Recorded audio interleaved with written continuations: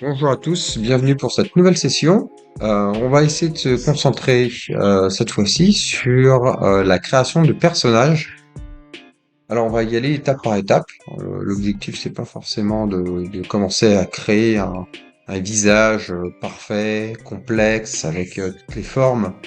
Et on se concentrera très certainement sur d'autres sessions, sur la compréhension aussi de la morphologie, en s'appuyant sur un crâne, et toutes les formes que l'on doit prendre en considération. Voilà, là, en l'occurrence, le crâne, il serait un peu bizarre, mais aujourd'hui, on va se concentrer sur plutôt des petits personnages du type pop. Et là, l'intérêt, c'est de pouvoir, dans cette première session, se concentrer sur la forme de base, donc un carré un peu arrondi, et finalement, les méthodes que l'on va utiliser pour pouvoir avoir quelque chose de d'homogène et uniforme, euh, finalement font partie des mêmes méthodologies qu'on va exploiter tout au long des différentes sessions. Donc qui est finalement travailler un maillage, le rendre le plus homogène possible et de finalement d'en ressortir la forme qui nous intéresse. Alors, on va commencer donc par ce petit personnage qu'on positionne. Alors moi, je le positionne de cette manière. Il y a plusieurs méthodologies. Mais moi, j'ai fait en sorte de positionner une image de face, bien devant, donc sur l'axe Y, qui est sur notre profondeur, et sur l'horizontale, on va retrouver le petit personnage, donc de profil. Et bon, le but, c'est que ce soit bien aligné. J'ai fait en sorte de les aligner avant de commencer la vidéo pour se concentrer sur la création de la tête. Alors, comme à chaque fois, en fait, on va se concentrer sur, alors non pas un plane, mais un cube. Voilà, un cube. Alors même, ce que je vais même faire, c'est que je vais vous montrer les petites touches raccourcies, voilà, qui étaient, j'avais oublié. Et donc ce que l'on va faire, c'est à partir de ce cube arriver à un résultat donc d'une tête un peu cubique. On va voir de quelle manière on va pouvoir le faire. Alors, la première chose à faire, c'est moi ce que je fais d'habitude, hein, c'est que je vais appuyer sur la touche donc sur moins Y pour être de face. Ou sinon, petite info, c'est vrai que j'en parle pas forcément systématiquement, c'est la touche 1. Le 1. Donc vous avez au-dessus de votre AZERTY, 1, 2, 3, là où vous avez les accents, etc. Le 1 vous permet de vous positionner sur l'axe Y comme présent sur l'image. Donc ce qu'on va faire, c'est appuyer donc sur 1.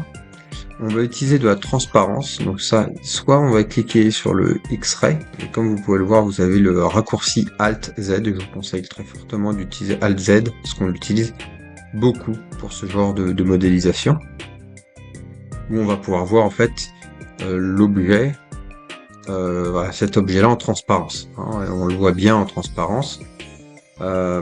Donc sur quoi on va donc finalement se concentrer, c'est déjà s'assurer que l'objet soit bien positionné. Donc on va sélectionner le cube, alors pas la face, le cube, voilà, et on va faire GZ, et on va relativement bien le positionner au milieu de la tête qui nous intéresse. Voilà. On retire Alt Z les petites jumelles, et donc ce que l'on va faire, c'est avoir déjà un premier arrondi avec un cube. Vous pourriez me dire, avec une sphère, ça peut-être mieux.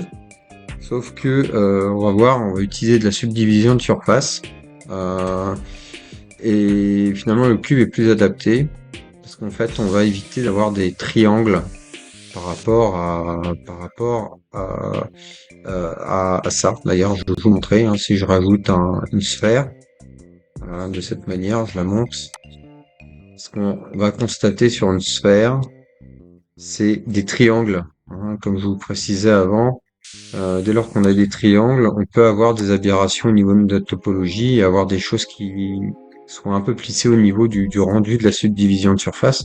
C'est exactement ce qu'on ne veut pas. Et d'où l'intérêt d'utiliser le cube. Pourquoi?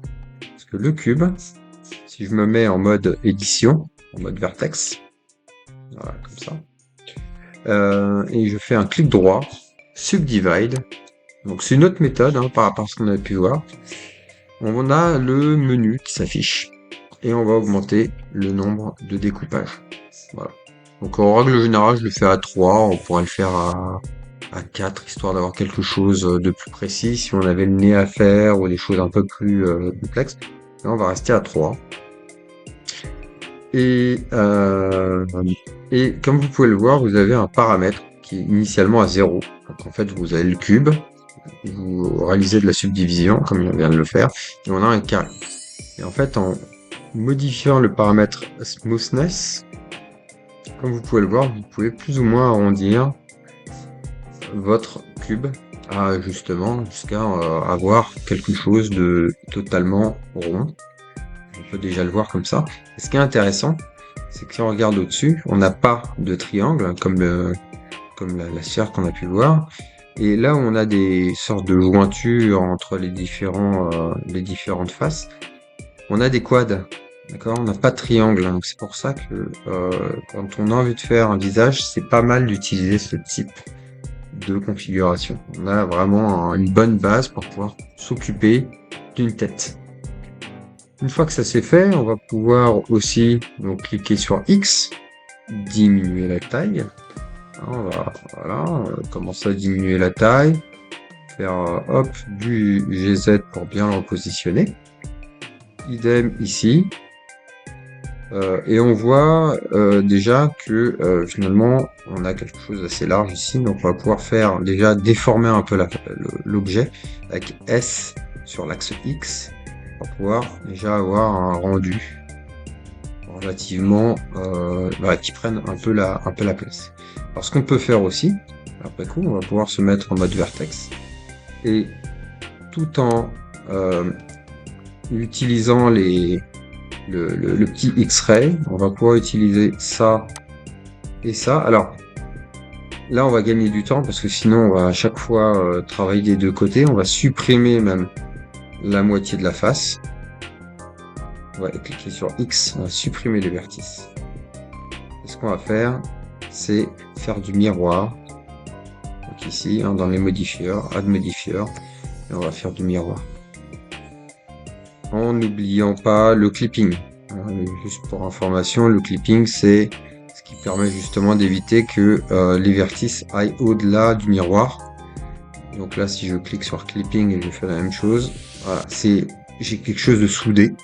Donc je vais pas aller au-delà et le vertice va être un élément, le ciment entre mon miroir et mon objet où j'ai ma topologie. Donc ce que je vais faire, c'est me mettre en X-ray. Alors pourquoi le X-ray? Encore une fois, parce qu'on a des faces de l'autre côté. Alors si je désactive le X-ray que je sélectionne, j'ai pas tout sélectionné. Ça, vous vous souvenez, on l'a vu très souvent. Donc le but, c'est de pouvoir se mettre en face, X-ray, on sélectionne. Donc là, on s'assure d'avoir tout sélectionné derrière.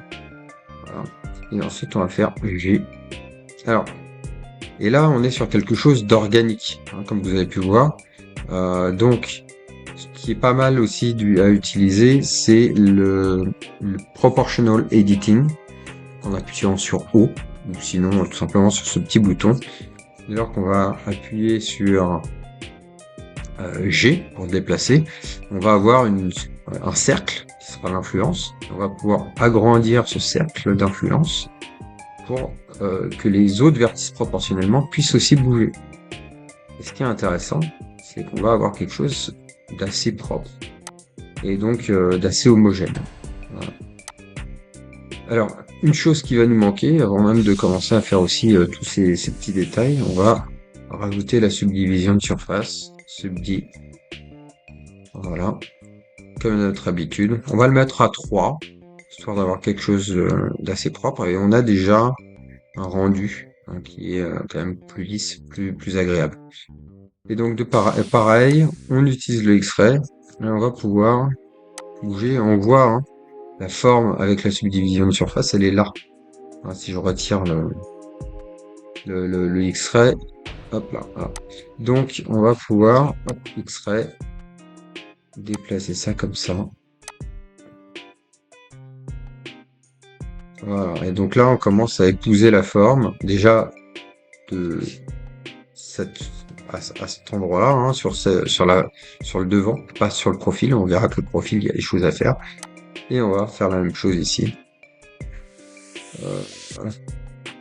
Et déjà, alors bien sûr, hein, il y a des G, Z pour diminuer. Je peux diminuer aussi l'influence quand je le veux. Voilà.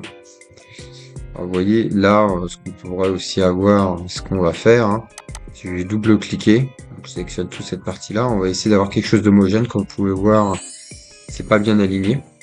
Ce qu'on avait vu aussi pour quand on répare la chaise, hein, sur les sessions précédentes, on va faire la même chose, faire S.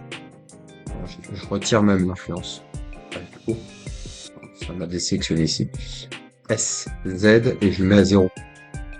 Voilà, donc ça me permet déjà d'avoir une topologie plus propre. On va faire la même chose, SZ0, entrée, SZ0, entrée. Voilà. Et donc là, on va avoir quelque chose de plus propre en termes de topologie. Ce qui va nous manquer après coup, donc on va bien se positionner et on va remettre le X-ray, on va vérifier ce qui manque. Donc là, on voit qu'il manque une petite partie ici.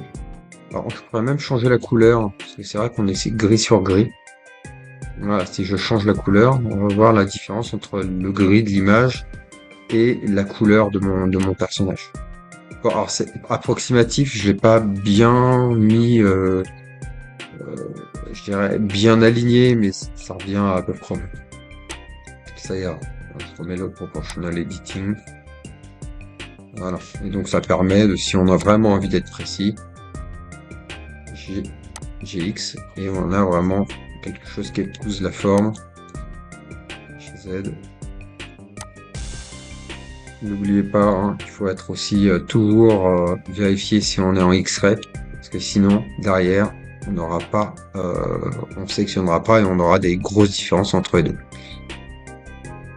Voilà, donc on a un début de la tête. Et ce qu'on va voir sur le côté, c'est qu'on, bah, pareil, hein, on respecte pas les proportions, donc on va encore une fois faire Alt Z et commencer à aussi jouer sur la proportion, comme vous pouvez le voir. Voilà. On va se faire pareil, on va prendre les angles. Voilà. De cette manière.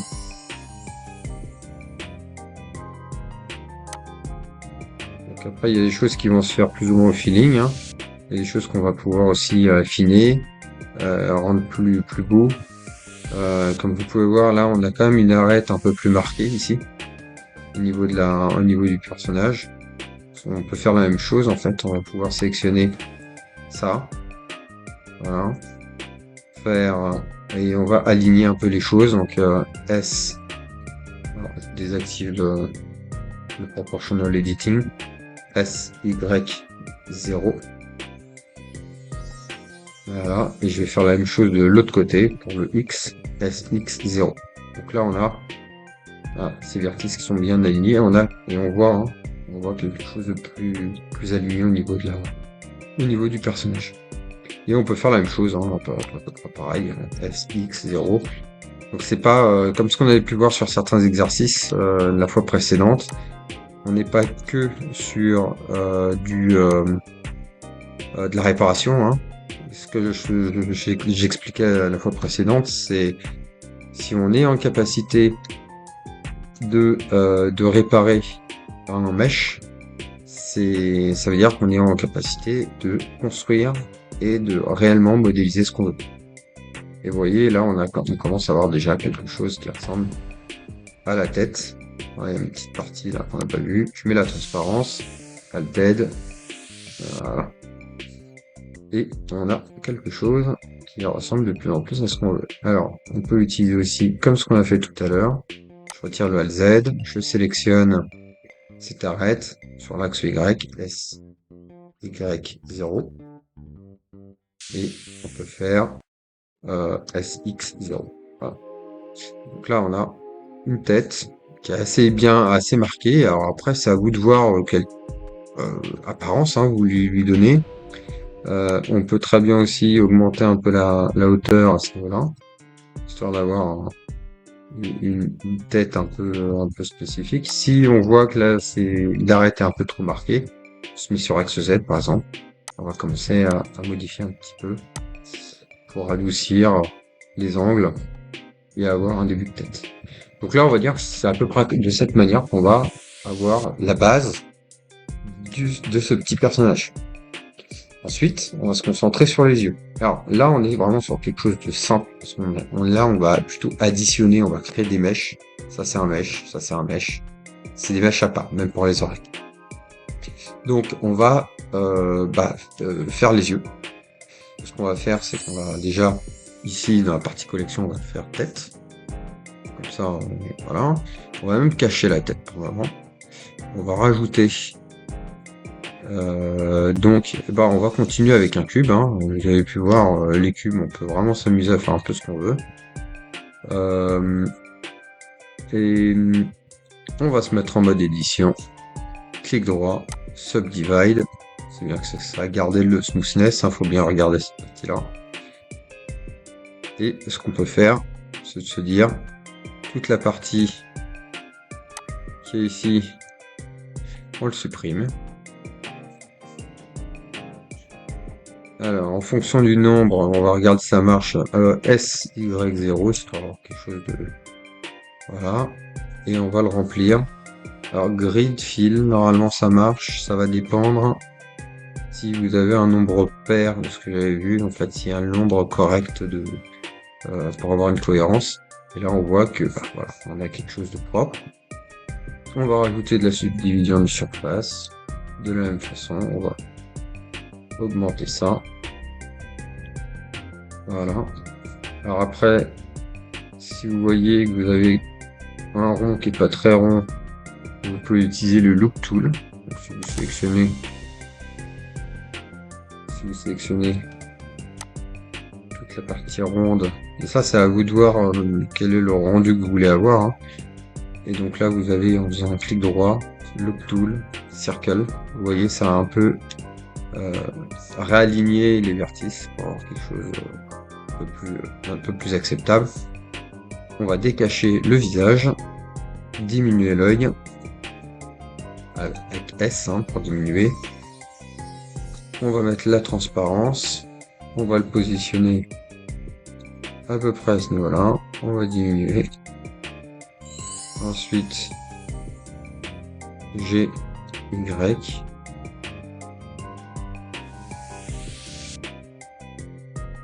On va retirer, voilà. Et donc là, après, on va s'aligner. Une rotation. Alors là, vous voyez le point d'origine par rapport à l'œil. On peut faire un clic droit, cette origine tout géométrique, pour le mettre bien ici. Donc si je fais une rotation, on va avoir quelque chose de plus droit. Donc là après, par exemple, c'est toujours intéressant de le voir sous différents angles. Après, j'ai choisi d'avoir des yeux assez marqués, assez globuleux.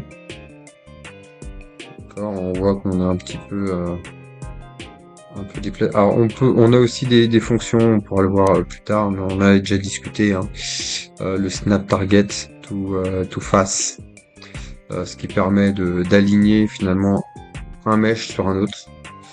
C'est une possibilité, mais bon là, ça suffira largement pour l'exercice. Alors là, j'essaie de voir si je suis bien positionné comme ça. Je peux faire aussi une petite rotation. Voilà. Et donc ça, je vais pouvoir le dupliquer. Shift D. On va changer le point de pivot, le curseur, donc celui-là. Et je vais sur celui que j'ai dupliqué parce que les deux sont au même endroit. D'accord. Je vais faire CTRL M sur l'axe X. Donc en fait, ça m'a déplacé en mode miroir, ça m'a inversé l'objet et ça me l'a positionné par rapport à ce point d'origine. Donc ça l'a positionné à droite. D'accord. Et donc là, et je valide en cliquant. Donc là, on va retrouver le petit personnage qui, a les yeux ronds. Alors, bon, un peu plus rond, hein, mais ça fait rien. Après, c'est à vous de voir ce que vous voulez faire. Et etc., etc., etc. Donc, pareil, on va pouvoir cacher tout ça. Ça et ça. H. Et on va pouvoir se concentrer sur le reste. Là, je vais faire aussi un carré. Voilà. Je vais diminuer déjà le... Alors, vous voyez là, ce point-là et pas le pivot. Donc, je vais changer le transform et je vais le mettre sur le médian, median point. Donc, vu que je sélectionne l'objet, en fait, son point médian, c'est celui-là. On va pouvoir, comme à notre habitude, bon, on va peut-être le diminuer, hein. SY.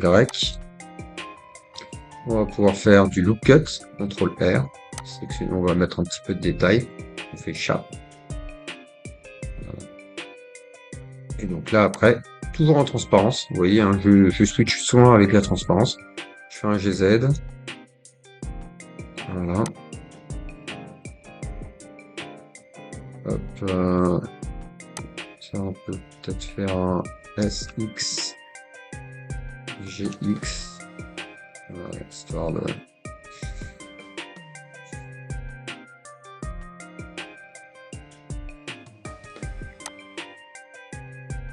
Voilà. Je positionne un peu mes arêtes. Je mets de la subdivision de surface. On va rajouter un petit peu de détail. Et on va retrouver nos sourcils. Bon, ils sont relativement grossiers, hein. Si vous voulez avoir un peu plus de marquage de l'arête, on peut déjà faire ça. Et une arête déjà ici, une arête un peu plus en bas. Et donc là, hop, si je reviens en mode upgrade, on a quelque chose un peu plus marqué. Et idem, hein, on peut prendre, sélectionner, et là on va pouvoir diminuer SX. Voilà. Et idem ici, SZ, pardon. Là ça descend un petit peu, je sélectionne les points, GZ. Là c'est un peu plus fin, hein. SZ, pardon. Et voilà. Donc là on a quelque chose qui nous intéresse, on va tout décacher. On va déplacer ça sur l'axe Y. Encore une fois, vous voyez, il faut que ça suive un peu le marquage, enfin la forme de la tête. On va faire une rotation, toujours avec la possibilité de voir au travers, hein. Voilà.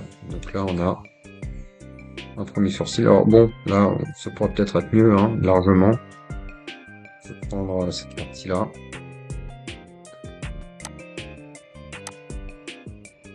Voilà, je prends ça, je peux le décacher, je fais un G. Alors ça, je peux tout sectionner. A, je fais un G avec Shift pour avoir un peu plus de souplesse. Et après, je diminue. Et on a des petits sourcils. Pareil, on met le pivot, curseur 3D.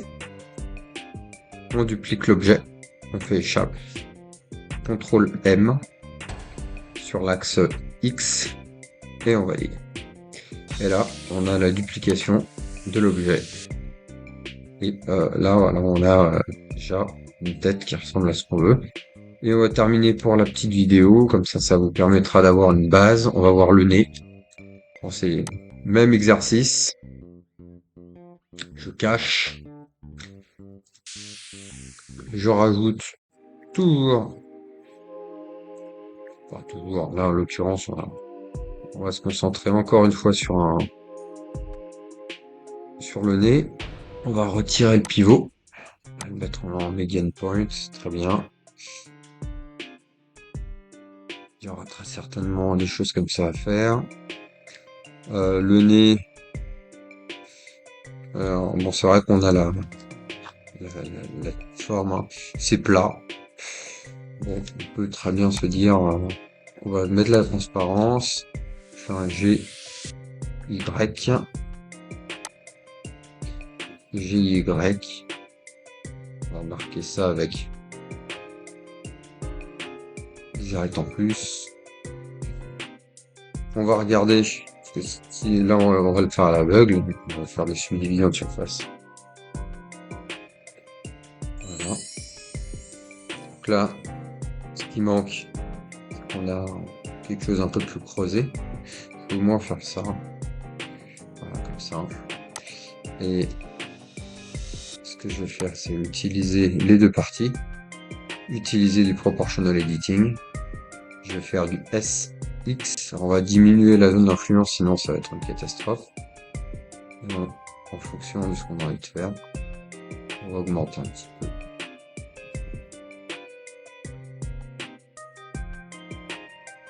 Après là, on voit que ça mérite peut-être un petit coup de... Voilà. Et donc là, on a un nez. Bon, qui reste dans la logique du petit personnage, hein. On peut très bien aussi mettre un peu plus de volume devant. On va sélectionner les arêtes de devant. On fait un GY. Toujours avec un petit peu de proportional editing. Voilà, histoire d'avoir un petit peu d'arrondi. Et donc là, après, on décache le tout. On va faire un GY. Et il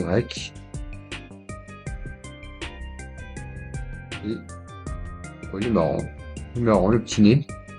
On va quand même pouvoir aussi, pourquoi pas, un petit peu de... Voilà. Le réaxer. Et vous avez un début de personnage qui ensuite va pouvoir être personnalisable à souhait.